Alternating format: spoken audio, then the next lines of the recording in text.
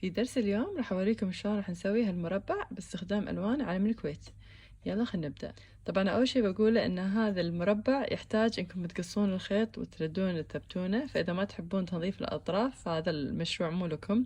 إن شاء الله بالحلقات الجاية أنا راح أحاول أنزل فيديوهات ما يحتاج وايد يعني تنظيف أطراف وهالأشياء، فلا أطول عليكم. يلا خلينا نبدأ.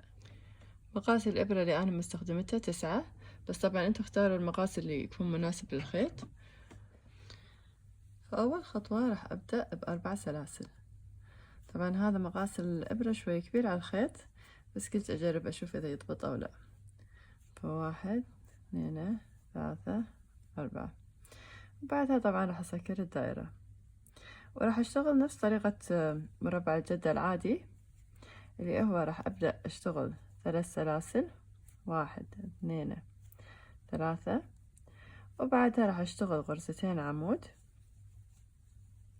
اللي هو 2 دبل كروشيه، وهذه راح تكون أول مجموعة. وطبعا هذا 3 سلاسل راح نحسبه كأنه عمود، بعدها سلسلتين، وراح أكمل أشتغل بهالطريقة 3 دبل كروشيه، وبعدين سلسلتين 3 دبل كروشيه، لما يكون عندي يعني 4 مجامع، يعني هذه مجموعة أولى ثانية ثالثة رابعة. فأنا راح أكمل وأشوفكم بعد ما أخلص. فالحين لاحظوا خلصت السطر، والحين راح أسكر الدائرة. طبعا احنا راح نغير الألوان، فأنا راح أخذ اللون الأسود. لما أجي أدخل الإبرة بالغرزة راح أخذ اللون الجديد اللي هو اللون الأسود، وراح أسكر السطر بهالطريقة. الحين احنا بس راح نشتغل جزء معين باللون الأبيض وجزء معين باللون الأسود، وطبعا راح ندخل الأخضر والأحمر. فراح أبدأ ب3 سلاسل، 1 2 3، وراح أشتغل في نفس هذا المكان هني. بعد 3 سلاسل راح أشتغل في نفس هذا المكان هني، راح أشتغل 3 غرز عمود بهالطريقة، 3 دبل كروشيه. وبعدها في هذا الفراغ اللي هني راح أشتغل هم 3 غرز عمود، 1 2، وهذا هو الثالث. بهالطريقة راح أشتغل سلسلتين، 1 2، وبعدها في نفس المكان راح أشتغل 3 غرز عمود. هذا 1، وهذا الثاني، وهذا الثالث بهالطريقة. بعدها في الفراغ اللي وراه راح أشتغل 3 غرز عمود. هذا 1، هذا الثاني، وهذا هو الثالث. هاي قطع الخيط الأبيض. بعدها هني قبل لا أخلص الغرزة راح أخذ اللون الأبيض، راح أشتغل سلسلتين، وبعدها في هذا المكان هني راح أشتغل 3 غرز عمود. هذا 1، هذا 2، وهذا هو الثالث. وبعد ما أخلص 3 سلاسل راح 3 أعمدة، راح أشتغل 3 أعمدة هني.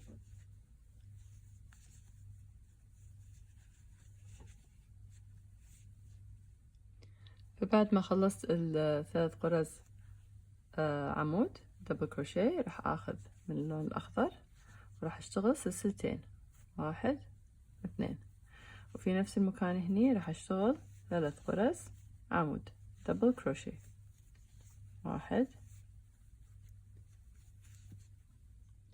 وبعد ما اخلص اشتغل 3 غرز عمود راح اشتغل هني 3 غرز عمود اللي هو دبل كروشيه. طبعا بعدها سلسلتين بعد ما خلصت 3 غرز، 1 2، وبعدها بس راح اسوي منزلقة. بعدها حق السطر اللي وراه راح ابدأ من الزاوية هني، راح اشتغل 3 سلاسل، 1 2 3، وراح اشتغل غرزتين عمود في نفس المكان 2 دبل كروشيه، وبكذي نكون كونا هذه الزاوية. وبعدها راح اروح حق الفراغ اللي وراه هني، وراح اشتغل 3 غرز عمود 3 دبل كروشيه.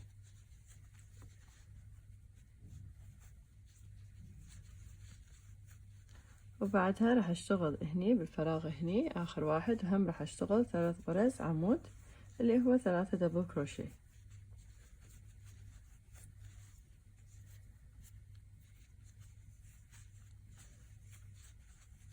بعدها راح اشتغل سلسلتين، وبعدها راح اخذ الخيط الاسود. حق الخيط الاسود قررت انه بدال سلسلتين اخضر احط سلسلة واحدة اخضر، فراح نشتغل سلسلة واحدة اخضر وراح ناخذ الخيط الاسود وراح نشتغل سلسلة.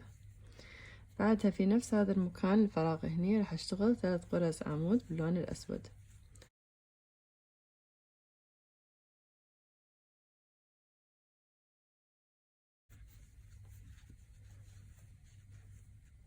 وراح اكمل اشتغل في هذا الفراغ هني هم باللون الاسود 3 غرز عمود.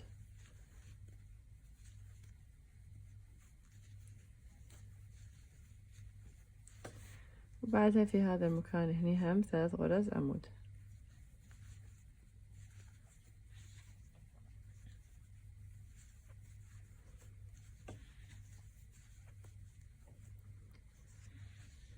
وبعدها راح اشتغل سلسلة، السلسلة الثانية راح اخذها باللون الاحمر، فهذه السلسلة باللون الاحمر. وبعدها في نفس هذا المكان هني راح اشتغل 3 غرز عمود. هذا واحد، اثنين، وهذا هو الثالث. بعدها راح اشتغل في هذا المكان هم 3 غرز عمود.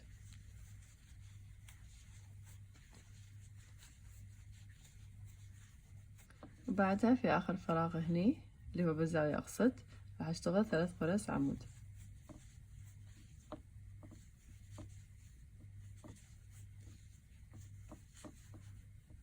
بعدها راح اسوي سلسلة باللون الاحمر، والسلسلة الثانية راح اشتغلها باللون الابيض.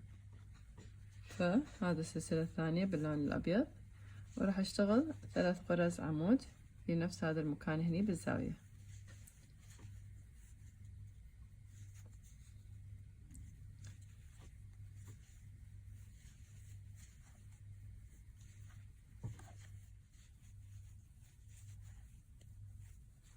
وبعدها راح اروح بالفراغ اللي موجود هني.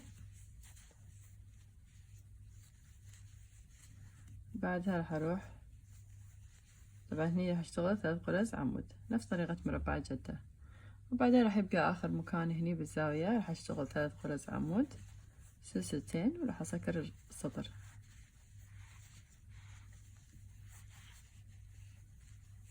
فهذا هو 3 غرز عمود، سلسلتين، وبعدين بس راح ادخل الابرة بالشغل وراح اسحب الخيط. الحين السطر الاخير بس راح اشتغل باللون الاسود دور مدار القطعة، وبكذي نكون خلصنا المربع. فراح اكمل اشتغل واشوفكم بعد ما اخلص السطر. وهذا هو الشكل النهائي للقطعة. اذا عجبكم الفيديو بليز لا تنسون اللايك. اشوفكم بالحلقة الجاية، مع السلامة.